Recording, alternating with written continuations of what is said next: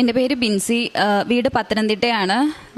ഞാനാണെങ്കിൽ ഈ ഇവിടുത്തെ പറ്റി ഈ ഒരു മാതാവിനെ പറ്റിയും കാര്യങ്ങളൊക്കെ ഞാൻ ആദ്യമായിട്ട് ഞാൻ കേൾക്കുന്നത്, തുറന്നു പറയുകയാണെന്നുണ്ടെങ്കിൽ ഫോണിൽ ആൾക്കാർ വീഡിയോ കളിയാക്കിയിട്ടിട്ടുണ്ട്. അപ്പം ഈ ഫോണിൽ ഞാനിത് ആദ്യമായിട്ട് കണ്ട് അപ്പം ഞാനും ഇത് കണ്ട് ചിരിക്കും. എന്നിട്ട് ഞാനിങ്ങനെ ആലോചിക്കും, എന്നാലും അങ്ങനെ വരുമോ? രണ്ട് മനസ്സായിട്ട് ഞാൻ നിൽക്കും. അത് കഴിഞ്ഞിട്ട് ഞാൻ താമസിച്ചുകൊണ്ടിരുന്നത് എറണാകുളത്ത് കാക്കനാട്. ഞാൻ ഇൻഫോ പാർക്കിലാണ് ജോലി ചെയ്തുകൊണ്ടിരുന്നത്. അപ്പോൾ അവിടെ വെച്ചിട്ട് ഞാനൊരു 5-6 കൊല്ലമായിട്ട് അവിടെ തന്നെയാണ്. അപ്പം ഞാനവിടെ ഒരു PGയിലാണ് താമസിക്കുന്ന, ഒരു ആൻറ്റിയുടെ കൂടെ. ആ ഒരു PGയിൽ എൻ്റെ റൂമിൽ വേറൊരു ചേച്ചി ഉണ്ടായിരുന്നു, ഒരു ആലപ്പുഴക്കാരി ഒരു ചേച്ചി ഉണ്ടായിരുന്നു. അപ്പോൾ ആ ചേച്ചി ഞാൻ ഒരു ദിവസം നോക്കുമ്പോൾ, ഞാൻ രാവിലെ ഡ്യൂട്ടിക്ക് പോയി വൈകിട്ട് വന്നപ്പോൾ ഈ ചേച്ചിയുടെ കയ്യിൽ ഇവിടുത്തെ ഉടമ്പടിയും ഇവിടുത്തെ പുസ്തകങ്ങളും കാര്യങ്ങളും ഒക്കെ ഇരിക്കുന്നത്. അന്നേരപ്പോൾ ഞാൻ ചേച്ചിയോട് ചോദിച്ചു, ചേച്ചി ഇത് എന്നതാണ്? അപ്പോൾ ഞാൻ ഓടിപ്പോയി ഇത് എടുക്കാനായിട്ടാണ് ചെന്നത്. എടുക്കാൻ ചെന്നപ്പോൾ ചേച്ചി എന്നോട് പറഞ്ഞു, മോനെ അതിൽ നീ തൊടല്ലേ, അത് ഇങ്ങനെയാണ് സംഭവം. അപ്പോൾ ഞാൻ ചോദിച്ചു, അതെന്നാ എന്തോ സംഭവം എന്തുവാന്ന് ചോദിച്ചു. അപ്പോൾ ചേച്ചി എന്നോട് പറഞ്ഞു, ഇങ്ങനെ ഒരു സ്ഥലമുണ്ട്. അപ്പോൾ ഞാൻ പറഞ്ഞു, ഞാൻ ട്രോളി കാണാറുണ്ട്. അപ്പോൾ ചേച്ചി എന്നോട് പറഞ്ഞു, ട്രോളിലല്ല, അതിൽ വിശ്വസിക്കുന്ന ഒരുപാട് പേരുണ്ടെന്ന് പറഞ്ഞു. അപ്പോൾ അന്ന് ഞാൻ ഈ പുസ്തകമൊക്കെ ആദ്യമായിട്ട് കാണുന്നത്. എന്നിട്ട് ഞാനത് അവിടെ വിട്ട് കഴിഞ്ഞേച്ച് പിന്നെ എൻ്റെ അമ്മ, അതുപോലെ എൻ്റെ ആൻറ്റി, ഇവരൊക്കെ എനിക്ക് നമ്മുടെ യൂട്യൂബിലെ വീഡിയോസ് കാര്യങ്ങളൊക്കെ വാട്സപ്പിൻ്റെ ഗ്രൂപ്പുകളിലും അല്ലാണ്ടൊക്കെ എനിക്ക് അയച്ചു തന്നിട്ട്, എൻ്റെ അമ്മ അയച്ചു തന്നിട്ട് എന്നോട് പറയും, നീ ഇത് കാണേ എന്ന് പറയും. കാരണം ഞാൻ പ്രാർത്ഥിക്കുന്ന സമയത്ത് എന്നാന്നറിയത്തില്ല, എനിക്ക് പണ്ട് തൊട്ടേ ഞാൻ പ്രാർത്ഥിക്കുന്ന സമയത്ത് എനിക്ക് മുന്നേ കൂട്ടി കാര്യങ്ങൾ ഇങ്ങനെ ഇപ്പം ഒരാൾക്കും എന്തെങ്കിലും ഒന്ന് സംഭവിക്കാൻ പോവുകയാണെന്നുണ്ടെങ്കിൽ ഒരു 3-4 ദിവസം മുമ്പ് തൊട്ട് ഈ വ്യക്തിനെ തന്നെ എനിക്ക് പ്രാർത്ഥിക്കുമ്പോഴും ഞാൻ വെറുതെ ഇരിക്കുമ്പോഴും എന്തെങ്കിലും ചെയ്തുകൊണ്ടിരിക്കുമ്പോഴും ഒക്കെ എനിക്കിങ്ങനെ കാണിച്ചു തരും. അപ്പം ഞാൻ ഇത് പരീക്ഷിച്ചിട്ടുള്ള വ്യക്തിയാണ്. ഇത് എന്നതാണ്? കാരണം മരിച്ചു പോകും, അവർക്ക് എന്തെങ്കിലും വലിയ വലിയ ആപത്തുകൾ ആ സമയത്ത് വരുന്നത്. അന്ന് ഞാൻ പേടിച്ച് അരണ്ടിട്ട് ഞാൻ അമ്മയോട് പറയാം, അമ്മേ ഇങ്ങനെ. അപ്പം എൻ്റെ അമ്മ പറഞ്ഞു, നിന്നെ പ്രാർത്ഥിപ്പിക്കാനാ ദൈവം അത് കാണിക്കുന്നത്, നീ പ്രാർത്ഥിക്കണം എന്ന് പറഞ്ഞു. ഞാൻ പ്രാർത്ഥിക്കത്തില്ല. ഞാൻ വീണ്ടും ദൈവത്തെ പരീക്ഷിച്ചു. ഇതെന്താ എനിക്ക് മാത്രം ഇങ്ങനെ, ദൈവമാണെന്ന് ഞാൻ വിശ്വസിക്കുന്നില്ല, ഇത് പിശാചിൻ്റെ ഏതാണ്ട് കളിയാണെന്ന് പറഞ്ഞ് ഞാൻ ഇങ്ങനെ വെച്ചുകൊണ്ടിരുന്നു. അങ്ങനെ ഇരിക്കെ ഇതുപോലെ അമ്മ എനിക്ക് അയച്ചു തന്നേച്ച് എന്നോട് പറഞ്ഞു, നീ ഇത് കാണേ, ഒരുപാട് അത്ഭുതങ്ങളുണ്ട്, ഒരുപാട് പേരുടെ അത്ഭുത സാക്ഷ്യങ്ങളുണ്ടെന്ന് പറഞ്ഞ് എൻ്റെ അമ്മ എനിക്കിത് അയച്ചു തന്നു. അയച്ചത് അപ്പം ഞാനിത് കാണാറുണ്ട്. വെറുതെ സമയം കിട്ടപ്പോൾ ചുമ്മാ കിടന്ന് കാണും, വിടും, അത്രയേ ഉള്ളൂ. അങ്ങനെ ഇരിക്കെ ഒരു ദിവസം ഞാനിതുപോലെ ഞങ്ങൾക്ക് എറണാകുളത്തു നിന്ന് പോയി, എനിക്ക് വർക്ക് ഫ്രം ഹോം ആയിട്ട് ഞാൻ വീട്ടിലായ സമയത്ത് ഇതുപോലെ ഞാൻ പ്രാർത്ഥിച്ചുകൊണ്ടിരിക്കുമ്പോഴൊക്കെ എനിക്ക് ഇതെൻ്റെ അനിയനാണ്, സ്റ്റാലിൻ എൻ്റെ അനിയനാണ്. അപ്പം ഇവൻ അന്ന് ഇവിടെ ഇല്ല, ഇവൻ അബുദാബിയിലാണ്. അവൻ അബുദാബിയിൽ ഓയിൽ കമ്പനിയിൽ ജോലിയാണ്. അപ്പം ഇവൻ്റെ മുഖം എനിക്കിങ്ങനെ വരുന്ന സമയത്ത് ഞാൻ അമ്മയോടും പറയുന്നുണ്ട്, അമ്മേ എന്നതോ ഇവൻ്റെ കാര്യം ഇതുപോലെ വരുന്നുണ്ട്, കാര്യം എന്നാണെന്നറിയത്തില്ല. എന്നാൽ അത് കഴിഞ്ഞ് 2 ദിവസം കഴിഞ്ഞപ്പോൾ അമ്മ ഇതുപോലെ എന്നോട് പറഞ്ഞു, മപ്പിന്ന് എന്നെ വിളിക്കുന്നേ, മപ്പി ഇതുപോലെ ഉണ്ണിക്ക് വയ്യ, ഇവനെ വീട്ടിൽ വിളിക്കുന്ന ഉണ്ണിക്ക് ഇതുപോലെ എന്നാണ്ട് വയ്യാന്ന്. അവിടെ എൻ്റെ കസിൻസൊക്കെ ഇവൻ്റെ കൂടെ, ഞങ്ങൾ കസിൻസ് എല്ലാവരും ഒരു കമ്പനിയിലായിട്ട് എല്ലാവരും അടുത്തടുത്ത് തന്നെയാണ്. അപ്പോൾ ഇതുപോലെ പറഞ്ഞു, ഉണ്ണിക്ക് എന്നാണ്ട് പ്രശ്നമാണ്, വയ്യാന്നിങ്ങനെ പറയുന്നുണ്ട്, അവൻ്റെ കൈക്കും കാലിനും പ്രശ്നമാണെന്ന് പറഞ്ഞു. അപ്പം ഞാനാണെങ്കിൽ ഇവനെ വീഡിയോ കോൾ ചെയ്യുന്ന സമയത്തൊക്കെ ഇവന് പ്രശ്നമുണ്ടെന്ന് ഇവനറിയാം. പക്ഷേ ഇത് നമ്മളെ കാണിച്ചാൽ നമുക്ക് വിഷമാവുമെന്ന് വിചാരിച്ച് വീഡിയോ കോൾ ചെയ്യുമ്പോൾ ഇവനിങ്ങനെ ഫോൺ ചരിച്ച് വെക്കത്തേ ഉള്ളൂ, നേരെ വെക്കത്തില്ല. ഇവൻ നമ്മളോട് പറഞ്ഞില്ല. അപ്പോൾ എൻ്റെ അച്ചാച്ചൻ അവിടെ ചെന്നിട്ട് അച്ചാച്ചൻ ഇതുപോലെ പറഞ്ഞു, പ്രശ്നമുണ്ട്, അവനിങ്ങനെ പ്രശ്നമുണ്ട്. അപ്പോൾ അമ്മ ഇതുപോലെ പറഞ്ഞു, മോനെ എത്രയും പെട്ടെന്ന് ആശുപത്രി പോകാൻ ഇവനെ വിളിച്ച് ഇവൻ ആശുപത്രി പോകത്തില്ല. അന്നേച്ച് അച്ചാച്ചൻ നിർബന്ധിച്ച് ഇവനെയും കൊണ്ട് ആശുപത്രി പോയപ്പോൾ അപ്പോൾ സ്കാൻ ചെയ്തു. അബുദാബിയിൽ വെച്ച് നമ്മൾ അറിയുന്നത് ഇവനാണെന്നുണ്ടെങ്കിൽ തലയ്ക്കകത്തിൽ ട്യൂമറാണെന്ന് പറഞ്ഞു. അവിടുത്തെ ഡോക്ടർ പറഞ്ഞു, തലയ്ക്കകത്ത് ട്യൂമറാണ്, ഇപ്പം തന്നെ ഇത് ഓപ്പറേഷൻ ചെയ്യണമെന്ന് പറഞ്ഞു. അപ്പം അവിടെ ആരും നോക്കാനില്ല, എല്ലാവരും ഡ്യൂട്ടി ഉണ്ട്. അച്ചാച്ചന്മാരൊക്കെ ആണെങ്കിലും അവർക്ക് ഡ്യൂട്ടിക്ക് പോകേണ്ട കാര്യമുണ്ട്, ഇവനെ നോക്കാം, എങ്കിൽ പോലും നമ്മൾ നോക്കുന്നതിൻ്റെ അത്രയും വരത്തില്ല. ഞങ്ങൾ എന്തോ ചെയ്തു, ഇത് കേട്ടപ്പം വല്ലാണ്ടായിപ്പോയി, എന്നാ ചെയ്യണമെന്ന് അറിയാൻ പാടില്ല. എന്നുവെച്ചാൽ ഞങ്ങൾക്കൊരു ധൈര്യം ഉണ്ടായിരുന്നു, നമ്മൾക്ക് ചികിത്സിക്കാമല്ലോ എന്നുള്ളൊരു രീതിക്ക് നമ്മൾ എന്ത് ചെയ്തു, ഇവനെ അവിടുന്ന് എക്സിറ്റ് ചെയ്തിട്ട് ഇങ്ങോട്ട് കൊണ്ടുവരാനായിട്ട് ശ്രമിച്ചു. എക്സിറ്റ് ചെയ്യാനായിട്ടുള്ള പ്രൊസീജിയറിന് വേണ്ടിയിട്ട് നമ്മൾ ഒരാഴ്ചയോളം പിന്നെയും താമസിച്ചു. അപ്പോൾ ആ ഡോക്ടർ പറഞ്ഞു, ഇത് താമസിക്കാൻ പാടില്ല എന്ന് പറഞ്ഞു.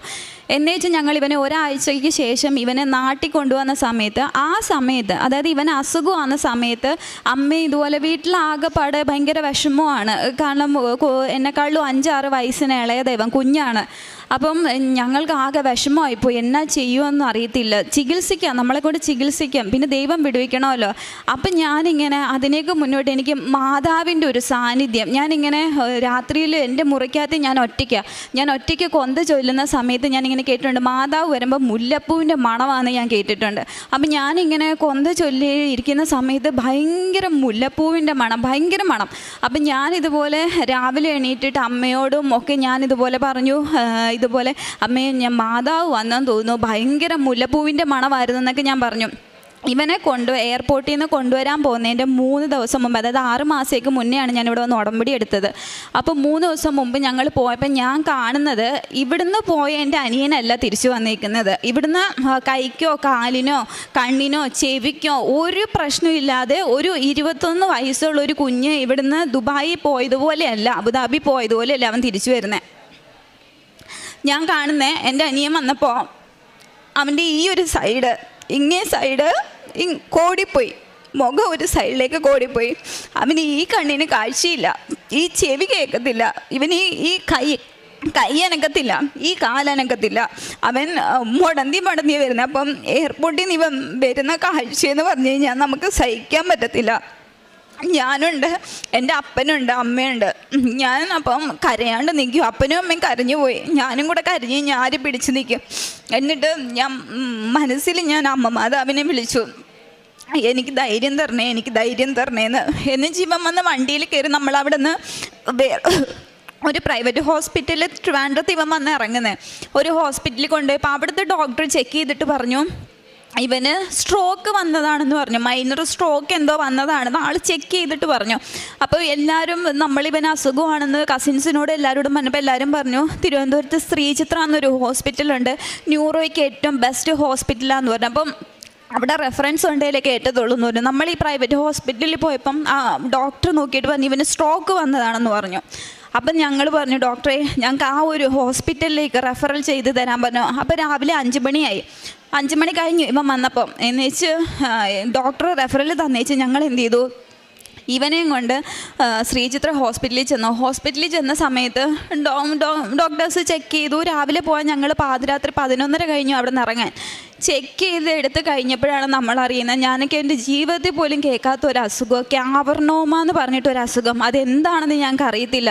അപ്പം ഞങ്ങളിതുപോലെ ഡോക്ടറോട് ഞാൻ കയറിയിട്ട് ചോദിച്ചു, ഡോക്ടറെ ഇതെന്തുവാ സംഭവം, എന്താ ഇത്, എങ്ങനെയാണ് ഇതെന്ത് പറ്റി, ഇവൻ എങ്ങനെ ഇത് വന്നു, ഇതെന്തോ സംഭവം എന്നാന്ന് പറയാൻ പറഞ്ഞു. അപ്പോൾ ഡോക്ടർ എന്നോട് പറഞ്ഞു, മോളെ ഇത് കുഞ്ഞുങ്ങൾക്ക് ചെറുപ്പത്തിൽ വരുന്ന ഒരു അസുഖമാണ്, തലച്ചോറ് തൊട്ടിട്ട് തലയ്ക്കകത്തിൽ വരുന്നൊരു അസുഖമാണ്. അതായത് തലയ്ക്കകത്തിൽ നമ്മളുടെ ഈ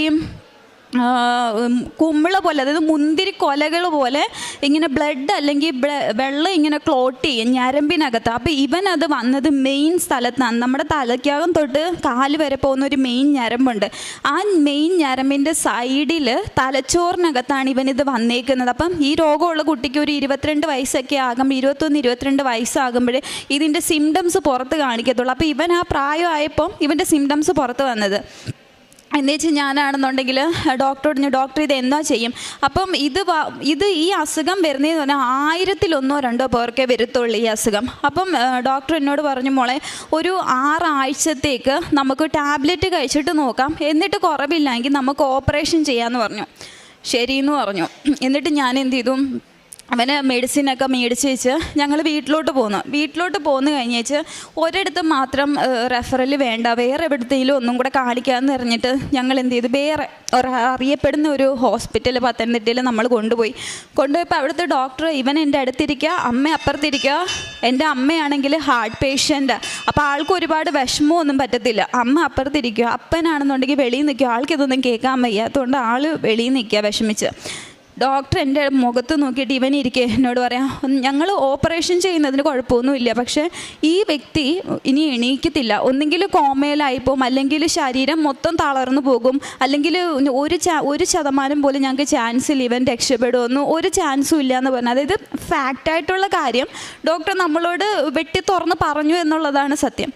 എന്ന് വെച്ചാൽ എനിക്ക് ഇവനും കേട്ടുപോയി, ഇവനും വല്ലാണ്ടായിപ്പോയി, അമ്മയായിപ്പോൾ കൊണ്ടുപോയല്ലോ എന്നായിപ്പോയി. എന്ന് വെച്ചാൽ ഞാൻ പറഞ്ഞു ഇനി എങ്ങും കൊണ്ടുപോകണ്ട, കാരണം ന്യൂറോയിലെ ഏറ്റവും വലിയ ഹോസ്പിറ്റൽ അതെന്ന് വിചാരിച്ച് ഞങ്ങൾ 6 ആഴ്ച ഇവന് മരുന്ന് കൊടുത്തേച്ച് ഞാൻ ആ സമയത്ത് ഉടമ്പടി പ്രാർത്ഥന ചൊല്ലുന്നുണ്ട്, കാര്യങ്ങളൊക്കെ ചെയ്യുന്നുണ്ട്, എല്ലാം ചെയ്യുന്നുണ്ട്. പക്ഷേ ഡേ ബൈ ഡേ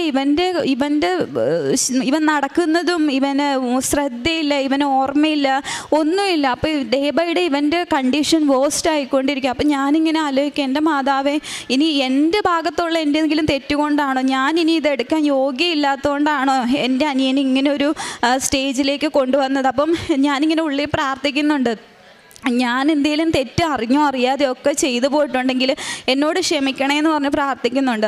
എന്നിട്ടൊന്നും ഇവന് ശരിയാകുന്നില്ല.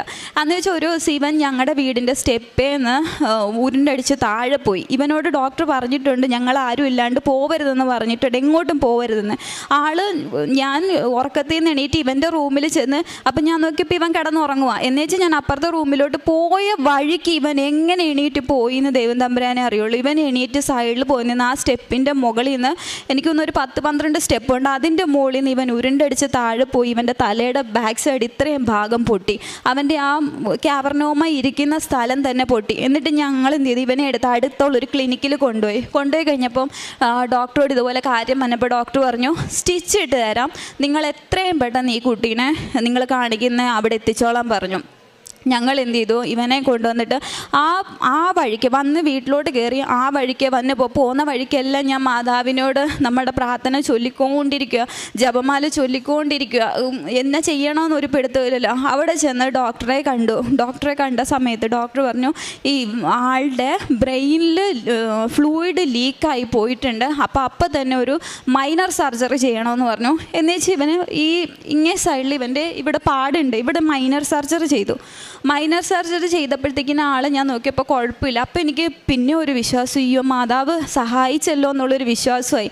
അത് കഴിഞ്ഞ് 2ാമത്തെ ദിവസമായപ്പോൾ വീണ്ടും ഇവൻ്റെ കണ്ടീഷൻ വേസ്റ്റ് ആവാനായിട്ട് തുടങ്ങി. വേസ്റ്റായിട്ട് ഞാൻ മുമ്പേ പറഞ്ഞതുപോലെ പ്രാർത്ഥിക്കുമ്പോൾ എനിക്കിങ്ങനെ കാണാൻ പറ്റുന്നുണ്ട്. അപ്പം ഞാനിങ്ങനെ പ്രാർത്ഥിക്കുമ്പോഴൊക്കെ ഞാൻ ഈ കാണുന്നത്, ഞാനത് വർക്കിംഗാണ്, വർക്ക് ഫ്രം ഹോമാണ്, ഡ്യൂട്ടി എടുക്കണം, ഡ്യൂട്ടിയിലാണ്. അപ്പനും അമ്മയോട് ഞങ്ങൾ തിരുവനന്തപുരത്ത് പോയിട്ട് തിരുവനന്തപുരത്ത് ഒരു വീടെടുത്ത് ഞങ്ങൾ താമസം തുടങ്ങി. ഇവന് അത്രയും ദിവസം എടുക്കുമെന്ന് ഡോക്ടേഴ്സ് പറഞ്ഞപ്പോൾ.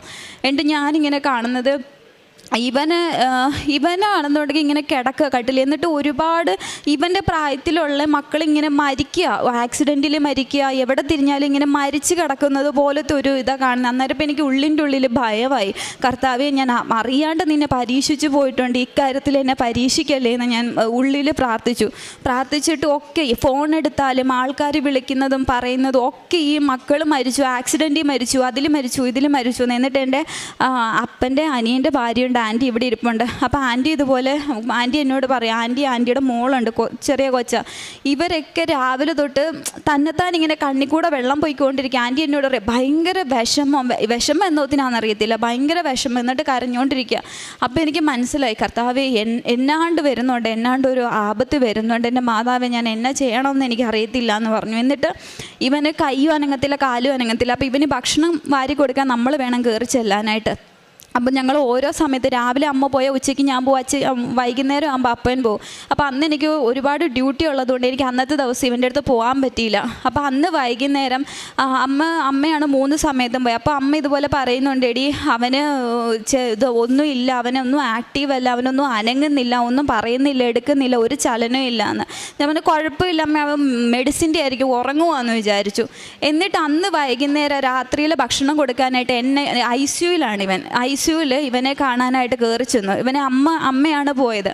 അമ്മേനെ ഞാൻ കയറ്റിവിട്ടു. അപ്പത്തേനും എൻ്റെ ഡ്യൂട്ടി കഴിഞ്ഞ് അമ്മ കയറിപ്പോയിക്കോ, ഞാൻ കുളിയൊക്കെ കഴിഞ്ഞിട്ട് വരാമെന്ന് പറഞ്ഞിട്ട് അമ്മേനെ ഞാൻ കയറ്റിവിട്ടു. അമ്മ അവിടെ ചെന്ന സമയത്ത് ഇവൻ ഒരു മരിച്ച് കിടക്കുന്ന ഒരു ഡെഡ് ബോഡി എങ്ങനെ കിടക്കണേ അതുപോലെ ഇവൻ കിടക്കുക. അമ്മ വിളിച്ചിട്ടും എടുത്തിട്ടും ഒന്നും അനക്കവും കാര്യങ്ങളും ഒന്നുമില്ല. അപ്പോൾ അമ്മ ഇതുപോലെ അവിടെ നിന്ന് പേടിച്ചരണ്ട് എന്നെ വിളിച്ചിട്ട് പറഞ്ഞു, മമ്മി മോനെ അനക്കമില്ലടി, ഓനോ ഒന്നുമേ അനങ്ങുന്നില്ല, ഒരു ചലനവും ഇല്ല. അതുവരെ എന്തെങ്കിലുമൊക്കെ പറയുന്ന ഒരു കുഞ്ഞ്, എൻ്റെ വീഡിയോ സഹിതമുണ്ട്, ഞാൻ കാണിക്കാം നിങ്ങളെ. ഒരു അനക്കവും ഇല്ല, ചലനവും ഇല്ല. എന്നിട്ട് ഇവൻ്റെ നഖത്തിൻ്റെ ഈ സൈഡിൽ ഇതെല്ലാം നോക്കി. എന്നിട്ട് ഒരു നേഴ്സ് ചേച്ചി വന്നേച്ച് ഇവൻ്റെ കണ്ണിങ്ങനെ പൊളിച്ച് നോക്കിയെന്ന് പറഞ്ഞു. ഒരു ഡോക്ടർ ഇങ്ങനെ കണ്ണ് പൊളിച്ച് നോക്കിയേച്ച് കണ്ണ് അതേപോലെ അവർ അടച്ചു വെച്ചിട്ട് അമ്മയോട് പറഞ്ഞു, അമ്മ ഇറങ്ങിക്കോ എന്ന് പറഞ്ഞു. അമ്മ ഇറങ്ങിക്കോ, മാറിക്കോ, എന്നിട്ട് വേറെ ആരെങ്കിലും വിളിക്കാൻ പറഞ്ഞു. കാരണം അമ്മയ്ക്ക് സങ്കടം. ഞാൻ ഓൾറെഡി ഡോക്ടേഴ്സിൻ്റെ അടുത്ത്, കാരണം ഇത്രയും ദിവസമായപ്പോൾ നമ്മൾ കൂട്ടായിട്ട് ഞാൻ ഡോക്ടറോട് പറഞ്ഞിട്ടുണ്ട് അമ്മയോട് പറയല്ല അമ്മയ്ക്ക് ഹാർട്ടിന് പ്രശ്നമുണ്ടെന്ന്. എന്ന് വെച്ചാൽ അമ്മ ഇറങ്ങിയിട്ട് എന്നെ വിളിക്കുന്നത്. ഞാൻ കയറി ചെല്ലുന്ന സമയത്ത് ഞാൻ കാണുന്നത് ICUവിനകത്തു നിന്ന് എൻ്റെ അനിയനെ ഒരു വെള്ള പുതപ്പിച്ചിട്ട് അവൻ്റെ മുഖം കൂടെയുള്ള കവർ ചെയ്യാനായിട്ട് ഇവിടം വരെ വെള്ള പുതപ്പിച്ച് ഇവൻ്റെ ഡോക്ടേഴ്സ്. ഞാൻ ഇതിൽ നിന്ന് ലിഫ്റ്റിൽ നിന്ന് ഇറങ്ങി കാണുന്നത് ഇവനെ ആ കിടക്കുന്ന സാധനത്തിൽ വെള്ള പുതപ്പിച്ച് പുറത്തോട്ട് കൊണ്ടുവന്ന രൂപവും ഞാൻ കാണുന്നത്. എന്ന് വെച്ചാൽ ഞാനാണെന്നുണ്ടെങ്കിൽ അടുത്ത് ചെന്നപ്പോൾ ഡോക്ടേഴ്സൊക്കെ മാറി നിൽക്കുക. കാരണം കഴിഞ്ഞു എന്നുള്ള രീതിക്ക് ഡോക്ടേഴ്സൊക്കെ മാറി നിൽക്കുക. എന്നിട്ട് ഞാൻ അടുത്ത് ചെന്നിട്ട് ഇവനെ വിളിച്ചു, ഉണ്ണീന്ന് വിളിച്ചു. ഒരു ചലനവും ഇല്ല, ഒരനക്കവും ഇല്ല, ഒന്നുമില്ല, ഒന്ന് അനങ്ങുന്ന പോലും ഇല്ല അവന്. എന്നുവെച്ച് ഇവനെ ഞാൻ ചെല്ലപ്പേര് വിളിക്കും. ഇവനെ ഞാൻ സുന്ദരി എന്നായിരുന്നു വിളിക്കുന്നത്. എന്നുവെച്ചാൽ ഞാൻ ഇവൻ്റെ അടുത്ത് ഞാൻ പ്രാർത്ഥിക്കുമല്ല, മനസ്സിൽ പ്രാർത്ഥന വരുന്നില്ല. എൻ്റെ മാതാവേ, ഈ ഒരു രൂപം മാത്രമേ ഉള്ളൂ എൻ്റെ മനസ്സിൽ, വേറെ ഒന്നുമില്ല. എന്നിട്ട് ഞാൻ ചെന്ന് തോളയിൽ ഇവനിങ്ങനെ കിടക്കുക. ഞാൻ തോളയിൽ ഇങ്ങനെ പിടിച്ചിട്ട് ഞാൻ ചെവിയുടെ അടുത്ത് ചെന്നിട്ട് പറഞ്ഞു, എടി സുന്ദരി ഒന്ന് കണ്ണ് തുറക്കടി എന്ന് പറഞ്ഞു. ഇത്രയും ഞാൻ പറഞ്ഞോളൂ. ഞാൻ പറയുകയും ഇവൻ്റെ കൺപീലി വെട്ടി ഇവൻ്റെ ഇതാ സൈഡിൽ നിന്ന് ഡോക്ടർ കണ്ടു. ഡോക്ടർ ഓടി വന്നേച്ച് പറഞ്ഞു, വിളിക്ക് ഇനിയും വിളിക്കുന്നു പറഞ്ഞു. ഞാൻ ചെന്നിട്ട് വിളിച്ചു ഇവനെ. പിന്നെ ഞാൻ ആ പേര് വിളിക്കുമ്പോഴത്തേന് ഇങ്ങനെ മൂളെന്ന് പറയാൻ പറ്റില്ല, അടുത്ത് നമ്മൾ നിന്നാൽ മാത്രമേ കേൾക്കത്തുള്ളൂ. ഇവൻ മൂളി. അപ്പം തന്നെ ഇവനെയും കൊണ്ട് നേരെ ഞാൻ കാണുന്നതെന്ന് പറഞ്ഞു കഴിഞ്ഞാൽ ഈ സിനിമയിലൊക്കെ ഞാൻ കണ്ടിട്ടുള്ളൂ. ഈ ജീവൻ പിടിച്ച് നിൽക്കാനായിട്ട് ഒരു സാധനം വെച്ച് ഇങ്ങനെ തേച്ച് നെഞ്ചത്തൂന്ന് ഇങ്ങനെ വലിച്ചെടുക്കുക ഇവൻ ഒന്ന് അനങ്ങാൻ വേണ്ടിയിട്ട്. എന്നിട്ട് ഇവനെയും കൊണ്ട് നേരെ അവർ വെൻറ്റിലേറ്ററിലേക്ക് പോയ സമയത്ത് ഞാൻ ഡോക്ടറോട് ചോദിച്ചു, ഡോക്ടറെ എന്താ പറ്റിയെന്ന് ചോദിച്ചു. പറഞ്ഞു. അപ്പോൾ ഡോക്ടർ ഒന്നും പറഞ്ഞില്ല, കുഴപ്പമൊന്നുമില്ല, പോയ ആളാണ്. ഡോക്ടർ എന്നോട് ഇങ്ങനെ പറഞ്ഞ്, പോയ ആളാണ്, ആളെ ദൈവം തിരിച്ചു തന്നു എന്ന് നിങ്ങൾ വിചാരിച്ചാൽ മതി എന്ന് പറഞ്ഞു. എന്നിട്ട് കുറേ നേരം ഞാൻ അവിടെ ഇരുന്നു. കഴിഞ്ഞപ്പോൾ ഞാൻ ഈ സംഭവം ഒന്നും ഞാൻ അമ്മയോടും അച്ഛനോടും പറഞ്ഞില്ല. എന്നിട്ട് ഞാൻ എൻ്റെ അടുത്ത് അവിടെ NICUവിൽ കൊണ്ടുപോയി ഇവനെ. ICUന്ന് നേരെ NICUവിൽ കൊണ്ടുപോയിട്ട് എൻ്റെ അടുത്ത് ഡോക്ടർ വന്നിട്ട് പറഞ്ഞു, മോള് ഇനി പൊയ്ക്കോളൂ, എന്തെങ്കിലും ആവശ്യം ഉണ്ടെങ്കിൽ ഞങ്ങൾ വിളിച്ചോളാന്ന് പറഞ്ഞു. ഞാൻ ഇറങ്ങി താഴെ വന്നു. എനിക്കെൻ്റെ അമ്മയോട് പറയാൻ പറ്റത്തില്ല, എൻ്റെ അമ്മ ഹാർട്ട് പേഷ്യൻ്റാണ്, എനിക്കൊന്നും പറയാൻ പറ്റത്തില്ല. അപ്പനോട് പറയാൻ പറ്റത്തില്ല, ആൾക്ക് സഹനശേഷിയില്ല, ആൾ വീണു പോകും.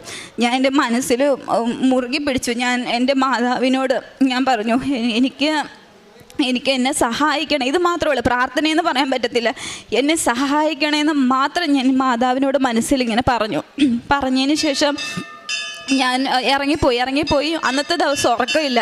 പിറ്റേ ദിവസം രാവിലെ ഞാൻ എണീറ്റിട്ട് നേരെ ഞാൻ കയറി പോകുന്നത് NICU ചെന്നപ്പം ഇവൻ്റെ ഡോക്ടേഴ്സൊക്കെ ഉണ്ട്. ഇവനെ നോക്കിയത് 12-13 പേരുടെ ഒരു ടീമാണ് നോക്കുന്നത് ഇവനെ. എന്നിട്ട് ഞാൻ അതിലൊരു മെയിൻ ഡോക്ടർ ഒരാളുണ്ട്, ഒന്നല്ല ഹെഡ് ഒരാളുണ്ട്, അതിൻ്റെ തൊട്ട് താഴെയുള്ളൊരു ഡോക്ടറുണ്ട്. ആ ഡോക്ടറോട് ഞാൻ ചോദിച്ചു, ഡോക്ടറെ ഇനി എന്താ ചെയ്യുന്നത്, അടുത്ത് എന്താ ചെയ്യാൻ പറ്റണേ? അപ്പോൾ ഡോക്ടർ എന്നോട് പറഞ്ഞു, മോളെ ഒന്നും ഞങ്ങൾക്ക് ചെയ്യാൻ പറ്റത്തില്ല. എൻ്റെ മുഖത്ത് നോക്കി പറഞ്ഞു, ഒന്നും ഞങ്ങൾക്ക് ചെയ്യാൻ പറ്റില്ല. 3 തവണ ഇവൻ്റെ തലയിലെ ഞരമ്പ് പൊട്ടി. ഒരിക്കലും അത്രയും ഞരമ്പ് പൊട്ടുന്ന ഒരാൾ ജീവിച്ചിരിക്കില്ല. 3 തവണ ഇവൻ്റെ തലയിലെ ഞരമ്പ് പൊട്ടി. ഞങ്ങൾക്ക് ഒന്നും ചെയ്യാൻ പറ്റില്ല. ആൾ എൻ്റെ അടുത്ത് റിസ്ക് ഫാക്ടറൊക്കെ പറഞ്ഞു, ഇവൻ കോമ സ്റ്റേജിലേക്ക് പോകാം, ഇവന് കാർഡിയക് അറസ്റ്റ് വരാം, ഇവനെ നമുക്ക് തിരിച്ചു കിട്ടില്ല, 1% പോലും ഞങ്ങൾക്ക് പ്രതീക്ഷയില്ല. ഇപ്പം ഇങ്ങനത്തെ ഒരു സ്റ്റേജിലാണെന്നുണ്ടെങ്കിൽ ഇവനെ വെൻറ്റിലേറ്ററിലിട്ടെങ്കിലും നിങ്ങൾക്ക് കുറച്ച് നാൾ ഇവനെ കാണാമെന്ന് പറഞ്ഞു. അപ്പം ഞാൻ പറഞ്ഞു, ഒന്നും ചെയ്യാൻ പറ്റില്ല. അപ്പം ഇല്ല മോളെ, ഞങ്ങൾക്ക് ഒന്നും ചെയ്യാൻ പറ്റില്ല എന്ന് പറഞ്ഞു. എന്നിട്ട് ഞാൻ 4ാമത്തെ നിലയിൽ, ആ ഹോസ്പിറ്റലിൻ്റെ 4ാമത്തെ നിലയിലാണ് ഞാൻ നിൽക്കുന്നത് NICUവിൽ. അവിടെ നിന്ന് നോക്കുമ്പോൾ ഒരു ഒറ്റ പാളിയുള്ള ഒരു ജനൽ മാത്രമേ ഉള്ളൂ, ഒരു മനുഷ്യനില്ല. ഇത് പറഞ്ഞിട്ട് ആൾ ICUവിൻ്റെ ഉള്ളിലേക്ക് ഡോർ അടിച്ചിട്ട് കയറിപ്പോയി. ഒരു മനുഷ്യനില്ല സഹായിക്കാൻ. പൈസ തന്നിട്ടല്ല, ആ ആശുപത്രിയിൽ വേറെ ആരും വന്നാലും അവർ കേട്ടത്തില്ല. അതുകൊണ്ട് നമ്മുടെ ബന്ധക്കാരോടൊക്കെ പറഞ്ഞ് ആരും വരണ്ട, വന്നിട്ട് കാര്യമില്ല എന്ന് പറഞ്ഞു. ഒരാളോട് എനിക്ക് പറയാൻ പറ്റില്ല, കാരണം ഇവൻ ചെറുതായതുകൊണ്ട് എല്ലാവർക്കും ഇവനെ ഭയങ്കര ഇഷ്ടം. അപ്പോൾ ഒരാളോട് പറഞ്ഞ് എല്ലാവരും അറിയും, ആകെ പ്രശ്നമാകും, അമ്മയുടെ ചെവിയിലെത്തും. എനിക്ക് എന്നാ ചെയ്യണമെന്നറിയത്തില്ല. ഞാൻ ആ ജനലിൻ്റെ അവിടെ നിന്ന് ഞാനിങ്ങനെ മുകളിലോട്ട് നോക്കി. എന്നിട്ട് ഞാൻ നെഞ്ചത്ത് കൈ വെച്ചിട്ട് ഞാൻ ഇതുപോലെ പറഞ്ഞു. അപ്പോഴും ഞാൻ ഇതേ പറഞ്ഞുള്ളൂ, മാതാവേ എന്നെ ഒന്ന് സഹായിക്കണേ, ഇത്ര ഞാൻ പറഞ്ഞോളൂ, എന്നെ ഒന്ന് സഹായിക്കണേ എന്ന് പറഞ്ഞു. എന്നിട്ട് ഞാനിതുപോലെ പറഞ്ഞു, നിങ്ങളുടെ ഹിതം എന്താണോ അവനെ എനിക്ക് തരാനാണെങ്കിൽ എനിക്ക് തിരിച്ചതായോ. എൻ്റെ അനിയനായിട്ടല്ല ഞാൻ ചോദിക്കുന്നത്, എൻ്റെ സഹോദരനായിട്ടല്ല ഞാൻ ചോദിക്കുന്നത്, എൻ്റെ അല്ല, നിങ്ങളുടെയാണ്, നിങ്ങളുടെ മകനാണ്. നിങ്ങൾക്ക് വേണമെന്നുണ്ടെങ്കിൽ കൊണ്ടുപോയിക്കോ, ഇല്ലയെന്നുണ്ടെങ്കിൽ എനിക്ക് അവനെ തിരിച്ചതായോ എന്ന് പറഞ്ഞു. ഇതിൽ കൂടുതൽ അവനെ ഇനി വേദനിപ്പിക്കല്ലേ എന്ന് പറഞ്ഞു.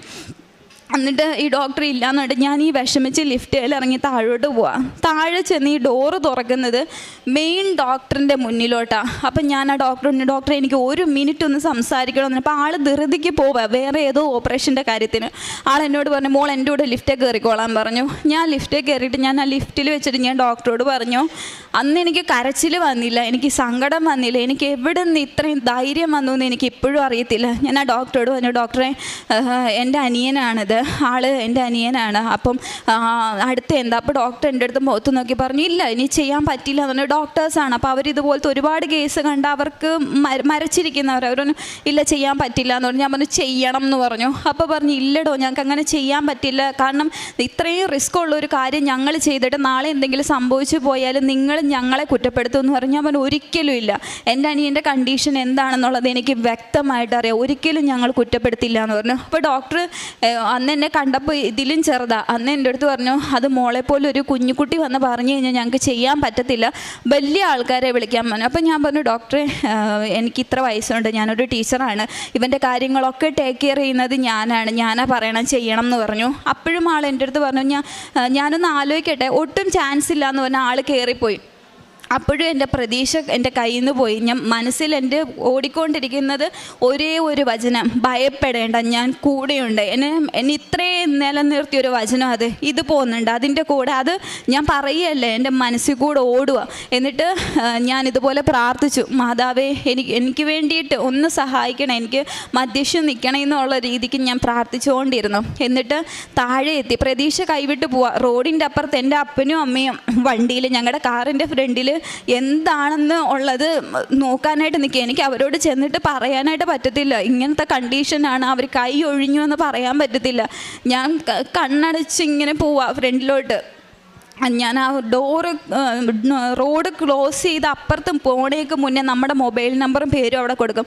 ആ ഡോക്ടർ എൻ്റെ മൊബൈലിലേക്ക് വിളിച്ചിട്ട് പറഞ്ഞു, ബിൻസി എത്രയും പെട്ടെന്ന് NICUലേക്ക് വരാൻ പറഞ്ഞു. ആ വന്ന അതേ സ്പീഡ് തിരിച്ച് കയറിപ്പോയപ്പോൾ ഡോക്ടർ എൻ്റെ അടുത്ത് ഇങ്ങനെ പറഞ്ഞു, ഞങ്ങൾ ചെയ്യുന്നതിന് പ്രശ്നമില്ല, ഞങ്ങൾ ചെയ്യാം, പക്ഷേ ഇതിൻ്റെ റിസ്ക് ഫാക്ടർ ഇങ്ങനെയൊക്കെയാണ്, ഞങ്ങൾക്ക് 1% പോലും ചാൻസ് ഇല്ല, ഈ ഒരു വ്യക്തിനെ ഞങ്ങൾക്ക് തിരിച്ചു തരാൻ പറ്റുന്ന 1% പോലും ചാൻസ് ഇല്ല. ഞാൻ പറഞ്ഞു ഒരു കുഴപ്പമില്ല, അവൻ അനുഭവിക്കാവുന്നതിൻ്റെ അങ്ങേയറ്റം അവൻ അനുഭവിച്ചു, അപ്പോൾ ഇനിയിപ്പോൾ എന്തായാലും കുഴപ്പമില്ല ഡോക്ടറെ എന്ന് പറഞ്ഞു. അപ്പോൾ ഡോക്ടറിൻ്റെ അടുത്ത് തന്നെ എന്നാൽ അച്ഛനെയും അമ്മയും വിളിച്ചോളാൻ, അതായത് ഇവനെ അവസാനമായിട്ടെങ്കിലും കാണാൻ വേണ്ടിയിട്ട് അച്ഛനെയും അമ്മേനെയും വിളിച്ചോളാൻ പറഞ്ഞു. ഞാൻ പറഞ്ഞു ഒരാളെയും വിളിക്കേണ്ട എന്ന് പറഞ്ഞു, ഒരാളെയും വിളിക്കേണ്ട, അപ്പനെയും വിളിക്കേണ്ട, അമ്മേനെയും വിളിക്കേണ്ട, ആരെയും വിളിക്കേണ്ട, കാരണം എങ്ങനെ എനിക്ക് ശക്തി കിട്ടിയെന്ന് അറിയത്തില്ല. ഉള്ളിൽ എന്തോ ഒരു ആരോ ഇരുന്ന് പറയുന്നത് പോലെ, പേടിക്കേണ്ട അവൻ തിരിച്ചു വരും എന്നുള്ള ഒരു ഇത്. ഞാനപ്പം ഡോക്ടറോട് പറഞ്ഞു, ഡോക്ടറെ ഇവനെ ജീവനോടെയാണ് എൻ്റെ അപ്പനും അമ്മയും കണ്ടിട്ട് താഴെ നിൽക്കുന്നത്, അവരുടെ മനസ്സിൽ ആ ഒരു രൂപം മതി എന്ന് പറഞ്ഞു. എന്നിട്ട് ഡോക്ടർ എൻ്റെ അടുത്ത് പിന്നെയും എടുത്ത് ചോദിച്ചു, ഒന്നുകൂടി ചിന്തിച്ചൂടെ എന്ന് ചോദിച്ചു. കാരണം ചിലപ്പോൾ ഡോക്ടറിന് എന്നോട് ദേഷ്യം വന്ന് തോന്നിയിട്ടുണ്ടാവാം ഞാൻ അങ്ങനത്തെ ഒരു തീരുമാനം എടുത്തതിന്. ഞാൻ പറഞ്ഞു വേണ്ട, ഒരാളെയും വിളിക്കേണ്ട എന്ന് പറഞ്ഞു. അപ്പോൾ ഡോക്ടർ ഒന്ന് സൈൻ ചെയ്ത് തരണം, കുറേ പേപ്പേഴ്സ് കൊണ്ടുവന്ന് ആ പേപ്പേഴ്സിലെല്ലാം സൈൻ ചെയ്ത് കൊടുത്തു. എൻ്റെ ഡോക്ടർ എന്നോട് ചോദിച്ചു, അനിയനെ ഒന്ന് കാണുന്നു എന്ന് ചോദിച്ചു. അത് അവസാനത്തെ കാഴ്ച പോലെയാണ് എൻ്റെ അടുത്ത് ചോദിക്കുന്നത്. ഞാൻ കയറി NICUവിൽ അവരുടെ ഡ്രസ്സും കാര്യങ്ങളും ഒക്കെ ഇട്ട് കയറ്റി കഴിഞ്ഞപ്പോൾ ഞാൻ അവരോട് ചോദിച്ചു, ഞാൻ ഇവനെ ഒന്ന് തൊട്ടോട്ടെ എന്ന് ചോദിച്ചു. കാരണം ഇവനെ ഓപ്പറേഷനായിട്ട് റെഡിയാക്കി അവർ കിടത്തിയേക്കാം. ഞാൻ പറഞ്ഞു ഞാനൊന്ന് തൊട്ടോട്ടെ എന്ന് ചോദിച്ചു. അവർ തന്നെ തൊട്ടോളാൻ പറഞ്ഞു. ഞാൻ ഇവൻ്റെ കയ്യിൽ മാതാവിൻ്റെ രൂപമുള്ള നമ്മുടെ ലോക്കറ്റ് കൊടുത്തു. ഞാൻ കൊടുത്ത വഴിക്ക് ഇവൻ അതെടുത്ത് എറിഞ്ഞപ്പോൾ ഞാനത് പോയി ഓടിയെടുത്തിട്ട് ഞാൻ എൻ്റെ മനസ്സിൽ പറഞ്ഞു, മാതാവേ അവൻ എന്തുവാ ചെയ്യുന്നതെന്ന് അവൻ അറിയത്തില്ല, അവന് ഒരു ബോധവും ഇല്ല, അവനോട് ക്ഷമിക്കണേന്ന് പറഞ്ഞു. ആ പറഞ്ഞ വ്യക്തി അതുവരെ ഒരു അനക്കമോ ചലനമോ ഒന്നും ഇല്ലാതിരുന്ന ആൾ ആ ലോക്കറ്റ് എന്നോട് ചോദിച്ചു. അത് തരാൻ പറഞ്ഞു. എന്നോട് പറഞ്ഞു അതിങ്ങി താന്ന് പറഞ്ഞു. എന്നിട്ട് ഞാനിവൻ്റെ കയ്യിൽ കൊടുത്തു. അപ്പോൾ അടുത്ത് നിന്ന നേഴ്സ് എന്നോട് പറഞ്ഞു, ആൾക്ക് ആളുടെ പെങ്ങൾ വന്നാലേ സംസാരിക്കാൻ പറ്റുള്ളൂ എന്ന് ചോദിച്ചു. എന്നിട്ട് ഞാൻ ഇവൻ്റെ ചെവിയിൽ ഞാൻ പറഞ്ഞു, അപ്പം നമ്മളെ അവിടെ ഇരുത്തത്തില്ല. അപ്പോൾ ഇവൻ കിടക്കണേൻ്റെ നേരെ ഫ്രണ്ടിലാണ് NICUവിൻ്റെ ഡോർ. ഞാൻ ഇവനോട് പൂർണ്ണ വിശ്വാസത്തിൽ, ഞാൻ എൻ്റെ മാതാവിനെയും ഈശോനെയും പൂർണ്ണ വിശ്വാസത്തിൽ ഞാൻ ഇങ്ങനെ പറഞ്ഞു, മോൻ പോയിട്ട് തിരിച്ചു വാ, ചേച്ചി ആ ഡോറിൻ്റെ പുറകിലുണ്ടാവും എന്ന് പറഞ്ഞു. ആ ഡോറിൻ്റെ അപ്പുറത്ത് ചേച്ചി ഇരിക്കാം, മോൻ ഇപ്പോൾ പോയിട്ട് അതുപോലെ മോൻ തിരിച്ചു വരണം എന്ന് പറഞ്ഞു. അപ്പോൾ ഇവൻ എന്നോട് ഇത്രേ പറഞ്ഞുള്ളൂ, വരാം എന്നുള്ള അർത്ഥത്തിൽ എന്ന് പറഞ്ഞു. പക്ഷെ അവിടെ നമ്മൾ ഇരുത്തത്തില്ല. ഞാൻ ഇറങ്ങി താഴെ ചെന്നു. അപ്പോൾ ഇവനെ ഓപ്പറേഷന് കയറ്റി. ഞാൻ ഇറങ്ങി താഴെ ചെന്ന സമയത്ത് എൻ്റെ അപ്പനും അമ്മയും എൻ്റെ കുടുംബക്കാരും മൊത്തം ആശുപത്രിയിലുണ്ട്. എങ്ങനെ അവരവിടെ എത്തിയെന്നറിയില്ല. എല്ലാവരും പറഞ്ഞ തലേ ദിവസം എന്തോ അവർക്കൊക്കെ ഇങ്ങനെ ഒരു വിഷമം പോലെ ഇതായി. അപ്പോൾ ഒരാളും പറയാണ്ട് ഒരു കല്യാണത്തിനുള്ള ആളാ ആശുപത്രിയിലുണ്ട്, ഞങ്ങളുടെ ബന്ധക്കാരെല്ലാവരും കൂടി. എന്നിട്ട് ഞാൻ താഴെ വന്നു. ഒരാളോട് ഞാൻ പറഞ്ഞില്ല, എനിക്ക് പറയാൻ പറ്റില്ല. എങ്ങാണ് അമ്മയുടെ ചെവിയിലോ ആരെങ്കിലും ചെവിയിൽ എത്തിക്കഴിഞ്ഞ് കഴിഞ്ഞാൽ ആകെ ബഹളവും. പിന്നെ അമ്മേനെയും കൊണ്ട് ആശുപത്രിയിൽ പോകണം. ഒരാളോട് ഞാൻ പറഞ്ഞില്ല. എന്തേലും കൊന്തയുണ്ട്. ഞാൻ ജപമാല ചൊല്ലിക്കൊണ്ടേയിരുന്നു. ജപമാല ചൊല്ലിയിരുന്നു ഞാൻ. എന്നാലിപ്പോൾ ഞാൻ എൻ്റെ മനസ്സിൽ കാണുന്ന രൂപം. അപ്പോൾ എൻ്റെ അമ്മ 1-2 തവണ എൻ്റെ മുഖം കണ്ടപ്പോൾ ചോദിച്ചു, അവനെന്താ പ്രശ്നം? അപ്പോൾ ഞാൻ പറഞ്ഞില്ല, അവൻ്റെ ബ്ലഡ് ചെറിയ ഇതായിട്ടുണ്ട്, അപ്പോൾ അത് മാറ്റാനുള്ള ഓപ്പറേഷനാണെന്ന് പറഞ്ഞു. എന്നുവെച്ചാൽ ഞാൻ ഇവനെ താഴെ വന്നേച്ച് ഞാനിങ്ങനെ പ്രാർത്ഥിച്ചുകൊണ്ടിരുന്നപ്പോൾ ഞാൻ എൻ്റെ മനസ്സിൽ കാണുന്ന രൂപം, മാതാവ് റൈറ്റ് സൈഡിൽ, ഇവൻ്റെ ഓപ്പറേഷൻ താഴെ നടന്നുകൊണ്ടിരിക്കുക, മാതാവ് റൈറ്റ് സൈഡിലും ലെഫ്റ്റ് സൈഡിൽ ഈശോയും. അപ്പോൾ എന്നെ നോക്കി ഇങ്ങനെ ചിരിക്കുമോ ഇവർ. ഈ രൂപമാണ് ഞാൻ കാണുന്നത്. അപ്പം ഒരു സൈഡിൽ എനിക്ക് മനസ്സിലാവുന്നില്ല ഇതെന്തുവാന്ന്. അപ്പം ഞാനോർക്ക്, ദൈവമേ, ഇവനെ കൊണ്ടുപോകാനായിട്ട് വന്നതാണോ? ഇവനെ ഇനി കൊണ്ടുപോകാൻ വന്നതാണോ? അപ്പുറത്തെ സൈഡിൽ ഞാൻ ഇവനെ എനിക്ക് തിരിച്ചു തരാനാണോ? എന്നതാണെന്ന് എനിക്ക് മനസ്സിലാവുന്നില്ലല്ലോ എന്ന് പറഞ്ഞു. എന്നുവെച്ചാൽ അത് കഴിഞ്ഞിട്ട് രാവിലെ 8:45 ഇവൻ്റെ ഓപ്പറേഷൻ കയറ്റി. വൈകുന്നേരം 3:45 ആ ഡോക്ടർ എൻ്റെ മൊബൈലിൽ വിളിച്ചു. എൻ്റെ മൊബൈലിൽ വിളിച്ചിട്ട് പറഞ്ഞു, ബിൻസി കയറി വരാൻ പറഞ്ഞു. ജീവനില്ലാത്തൊരു ശവം പോലെയാണ് ഞാൻ കയറിപ്പോകുന്നത്. കാരണം ഈ ഡോക്ടർ ഇനി എന്തോ പറയുന്നതെന്ന് എനിക്കറിയത്തില്ല. അത് വന്ന് എൻ്റെ വീട്ടുകാരോട് പറയണം. എങ്ങാണ് ഇവൻ എന്തെങ്കിലും സംഭവിച്ചു പോയി കഴിഞ്ഞ് കഴിഞ്ഞാൽ എന്നോട് എല്ലാവരും ചോദിക്കും എന്തുകൊണ്ട് പറഞ്ഞില്ല എന്നുള്ളത്. ഇതൊക്കെ മനസ്സിൽ പോകുന്നുണ്ട്. എങ്കിലും ഉള്ളിൻ്റെ ഉള്ളിൽ നീ ഭയപ്പെടേണ്ട, ഞാൻ നിൻ്റെ കൂടെ ഉണ്ടെന്നുള്ള വചനം എൻ്റെ തലയിൽ മുഴങ്ങിക്കൊണ്ടേയിരുന്നു. ഞാൻ മോളിൽ ചെന്ന സമയത്ത് ആദ്യം ഈ ഡോക്ടർ ആ ഓപ്പറേഷൻ കഴിഞ്ഞിട്ടുള്ള ആളുടെ ഒരു ഡ്രസ്സിലാണ് ആൾ NICU, തല പകുതി ഉടലും മാത്രമേ ഉള്ളൂ വെളിയിൽ, ബാക്കി NICUവിനകത്താണ്. ആളെന്നോട് ഇതുപോലെ ചോദിച്ചു, ചിരിച്ചുകൊണ്ടാണ് നിൽക്കുന്നത്. അത് കണ്ടപ്പോൾ എനിക്ക് ജീവൻ വീണു. അപ്പോൾ എനിക്ക് മനസ്സിലായി, ദൈവമേ വലിയ കുഴപ്പമില്ല. എന്നുവെച്ചാൽ ഞാനാണെന്നുണ്ടെങ്കിൽ ഡോക്ടർ ഞാൻ ചെന്ന വഴിക്ക് എൻ്റെ തോളിൽ ഇങ്ങനെ തട്ടിയേച്ച് എന്നോട് പറഞ്ഞു, താൻ എടുത്തൊരു ഡിസിഷൻ നല്ലൊരു ഡിസിഷനായിരുന്നു, കാരണം ഞങ്ങൾ പോലും ഭയപ്പെട്ടു പോയി എന്ന് പറഞ്ഞു. അവിടെ സത്യമായിട്ട് എൻ്റെ ആ ഡോക്ടർ എന്നോട് ഇന്നേ വരെ എനിക്ക് തോന്നുന്നു ആ ഹോസ്പിറ്റലിൻ്റെ ചരിത്രത്തിൽ ഓപ്പറേഷൻ കഴിഞ്ഞ ഒരാളെ കാണാനായിട്ട് കയറ്റിയിട്ടില്ല. എൻ്റെ അടുത്ത് ചോദിച്ചു, അനിയനെ ഒന്ന് കാണുമോയെന്ന് ചോദിച്ചു. ഞാൻ പറഞ്ഞു എനിക്കൊന്ന് കണ്ടാൽ കൊള്ളാം എന്ന് പറഞ്ഞു. നിർബന്ധം പിടിച്ചില്ല. ഞാൻ പറഞ്ഞു എനിക്കൊന്ന് കണ്ടാൽ കൊള്ളാം എന്ന് പറഞ്ഞു. അപ്പോൾ ഇവരെ സാനിറ്റൈസറും വേറെ കുറേ സാധനങ്ങളും ഡ്രസ്സും ഒക്കെ ഇട്ട് ഞാൻ കയറിയിട്ട് ഞാൻ കാണുന്ന രൂപം, വെൻറ്റിലേറ്ററിലാണ് എൻ്റെ അനിയൻ.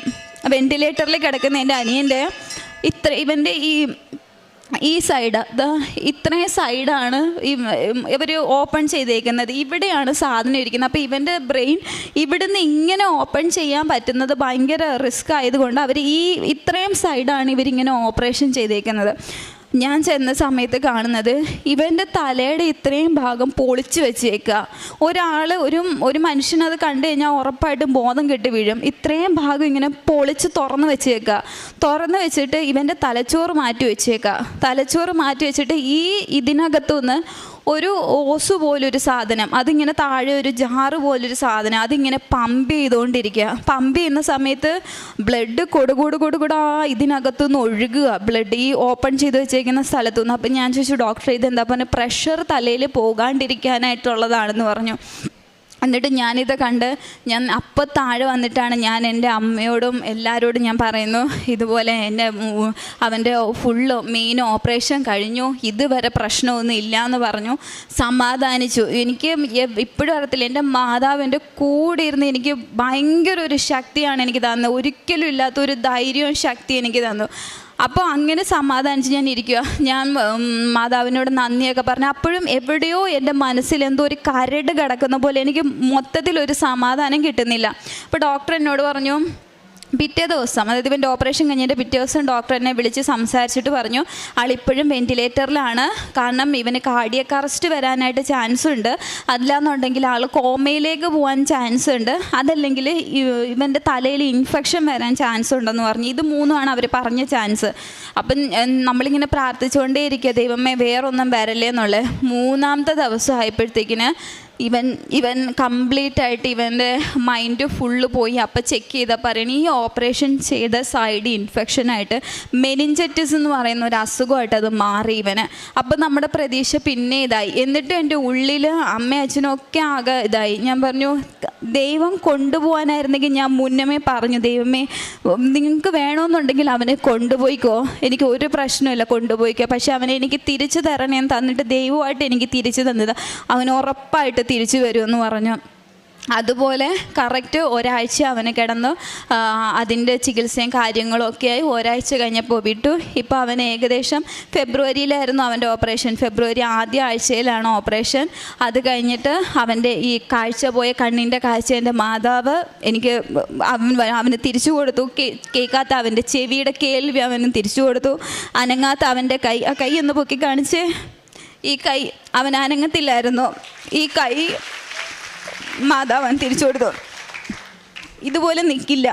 ഞാനും എൻ്റെ അപ്പനും കൂടെ വെയിറ്റ് ഉണ്ട് ആൾക്ക്, ഞാനും എൻ്റെ അപ്പനും കൂടിയാണ്. അപ്പം ഇവനെ കാലിങ്ങനെ പിണഞ്ഞു പോയി രണ്ടായിട്ട്. നമുക്ക് ഇവനൊന്ന് ബാത്റൂമിൽ കൊണ്ടുപോകാനോ എന്തെങ്കിലും ഒരു ആവശ്യത്തിന് കൊണ്ടുപോകണമെന്നൊക്കെ ഞങ്ങളിങ്ങനെ പിടിക്കുക. ഞാനൊരു സൈഡിൽ പിടിക്കും, അപ്പനൊരു സൈഡിൽ പിടിക്കും. ആ ഒരു അവസ്ഥയിൽ നിന്നൊക്കെ എൻ്റെ ദൈവം ഇത്രത്തോളം അവന് വിടുതൽ കൊടുത്തു. ആത്മാർത്ഥമായിട്ട് പ്രാർത്ഥിച്ചു കഴിഞ്ഞാൽ ഉറപ്പായിട്ടും, ഒരിക്കലും ഞാൻ പ്രതീക്ഷിച്ചതല്ല എൻ്റെ അനിയനെ ഇങ്ങനെ കിട്ടുമെന്ന്. ഞാൻ നിങ്ങളൊരു വീഡിയോ കാണിച്ചു തരാം, അത് കണ്ടാൽ നിങ്ങൾക്ക് വ്യക്തമായിട്ട് മനസ്സിലാവും. ഇതായിരുന്നു എൻ്റെ അനിയൻ്റെ അവസ്ഥ.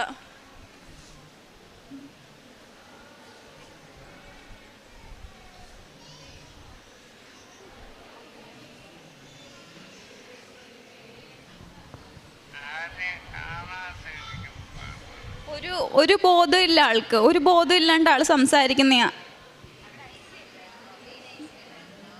എന്തെങ്കിലും അവനൊന്ന് മിണ്ടി കിട്ടാനായിട്ട് ഞാൻ സംസാരിക്കുന്ന അവനോട്.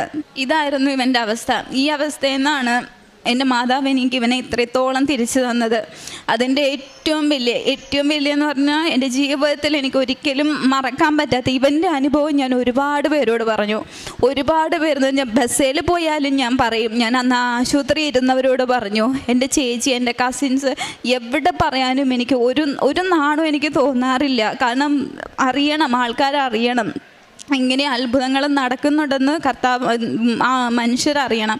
പിന്നെ അതുപോലെ എൻ്റെ രണ്ടാമത്തെ അനുഭവം എന്ന് പറഞ്ഞു കഴിഞ്ഞാൽ, എൻ്റെ കല്യാണം, ഇവൻ്റെ അസുഖത്തിൻ്റെ സമയത്താണ് എൻ്റെ കല്യാണം നിശ്ചയിച്ചിരുന്നത്. അപ്പം എനിക്കന്ന് മനസ്സിൽ കല്യാണം ഇല്ല. എനിക്ക് ഇവനെ എങ്ങനെയെങ്കിലും ഒന്നും ഉള്ളതൊക്കെ വിറ്റ് പെറുക്കിയിട്ടാണെങ്കിലും എനിക്ക്, കാരണം ആ സമയത്ത് പൈസയ്ക്ക് പേപ്പറിൻ്റെ വിലയായിപ്പോയി.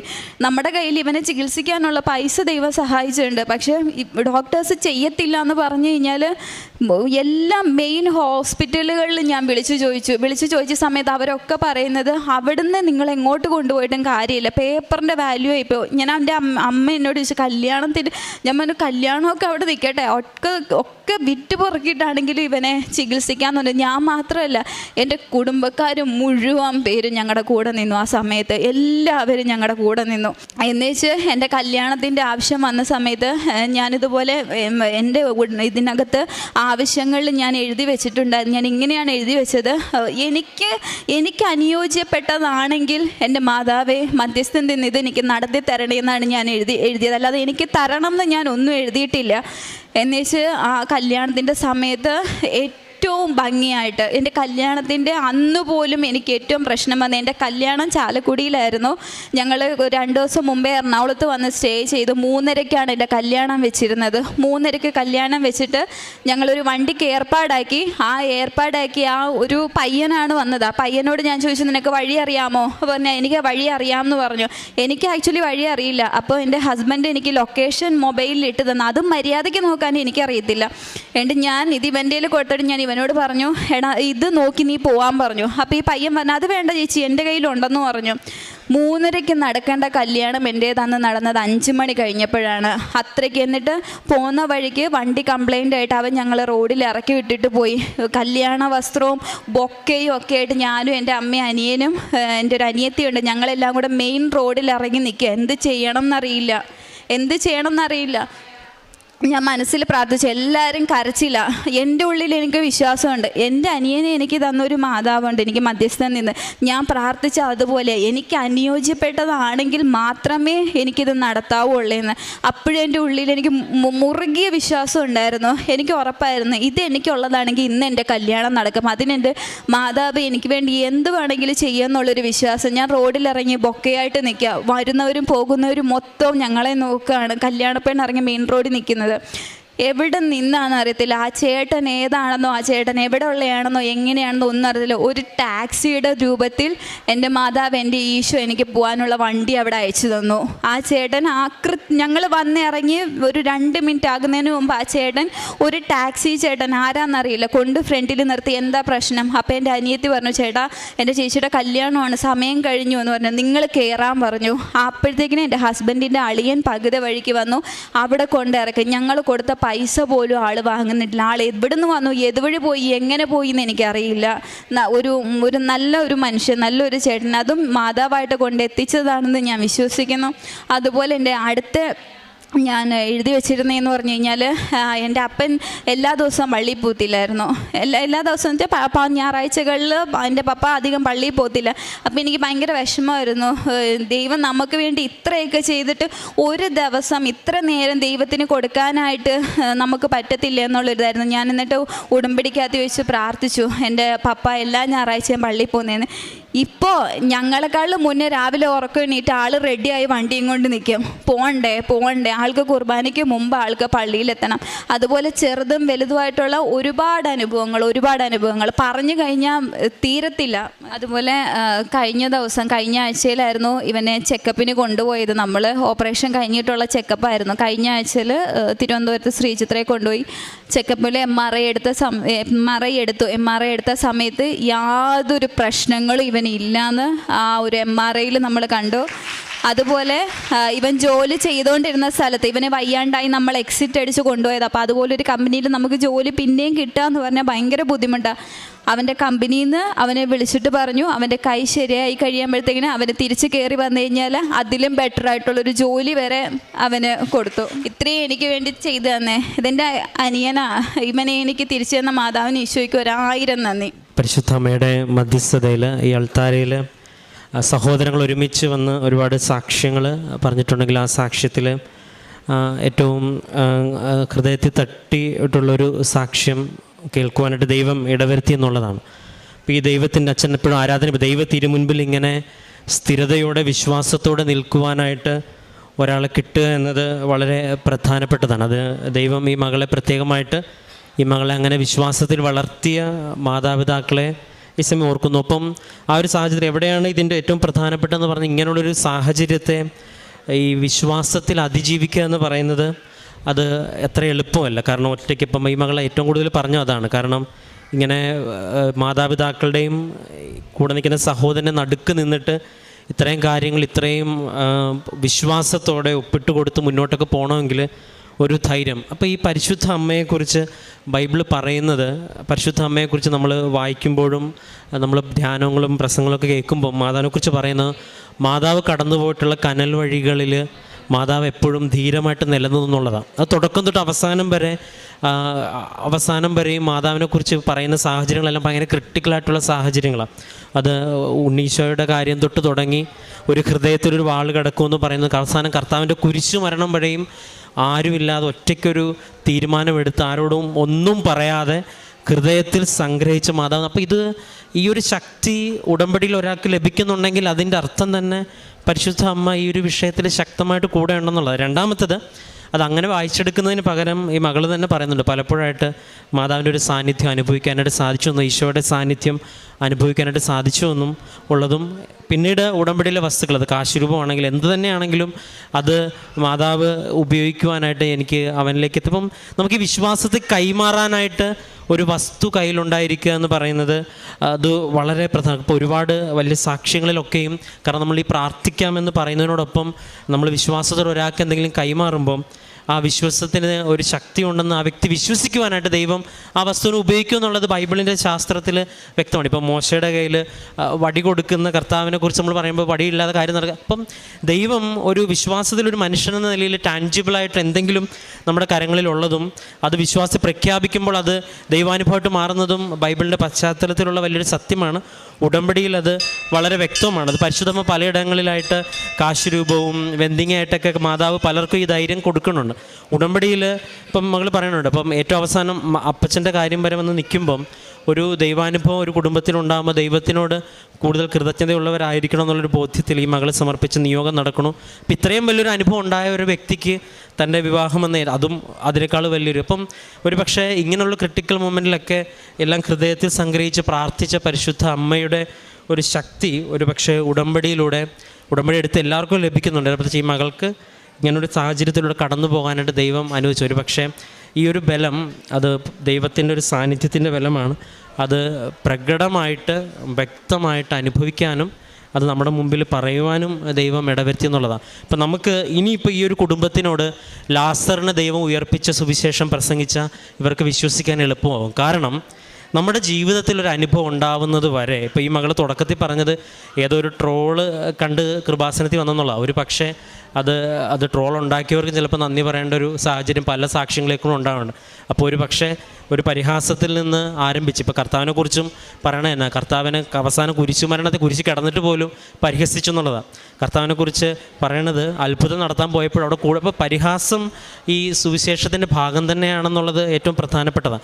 പക്ഷെ അങ്ങനെ ഒരു ആരംഭത്തിൽ നിന്ന് ആരംഭിച്ച് ഇന്ന് ഇത്രയും പേരുടെ മുൻപിൽ ഇത്രയും വലിയൊരു ദൈവാനുഭവം പറയാനായിട്ട് ദൈവം ഇടവരുത്തിയെന്നുണ്ടെങ്കിൽ അത് വ്യക്തമാണ്. അപ്പം ഈ ഒരു കുടുംബത്തിനോട് ഇപ്പോൾ ലാസറിനെ ഉയർപ്പിച്ച ദൈവത്തിൻ്റെ സുവിശേഷം പറഞ്ഞാൽ ഇനി നമ്മളാരും വിശ്വസിച്ചില്ലെങ്കിൽ ഈ കുടുംബം അല്ലെങ്കിൽ ഈ വ്യക്തി വിശ്വസിക്കും. കാരണം വ്യക്തമായിട്ട് ജീവിതത്തിൽ അനുഭവം ലഭിക്കുന്നത് വരെ ഈ ദൈവവും വിശ്വാസവും അടയാളങ്ങളും അത്ഭുതങ്ങളും ഒക്കെ ഒരു പക്ഷേ പരിഹസിക്കുവാനും വിശ്വസിക്കാൻ പറ്റാത്ത യുക്തിയില്ലാത്ത കുറേ പറയുന്നവർ കുറേ കാര്യങ്ങൾ. അപ്പം ഇത് ഉടമ്പടിയിൽ പരിശുദ്ധ അമ്മ ശക്തമായിട്ട് പ്രാർത്ഥനയോടൊപ്പം നിലനിൽക്കുന്നുണ്ട്. അതിലേറ്റവും വലിയൊരു സാക്ഷ്യം ഇവിടെ നിന്ന് കേൾക്കുവാനായിട്ട് ദൈവം ഇടവരുത്തി. അപ്പോൾ ഈ ഒരു സാക്ഷ്യം അതും രണ്ടും ചെറുപ്പക്കാരായിട്ടുള്ളവരാണ്. അതാണ് ഇതിൻ്റെ മറ്റൊരു പ്രത്യേകത.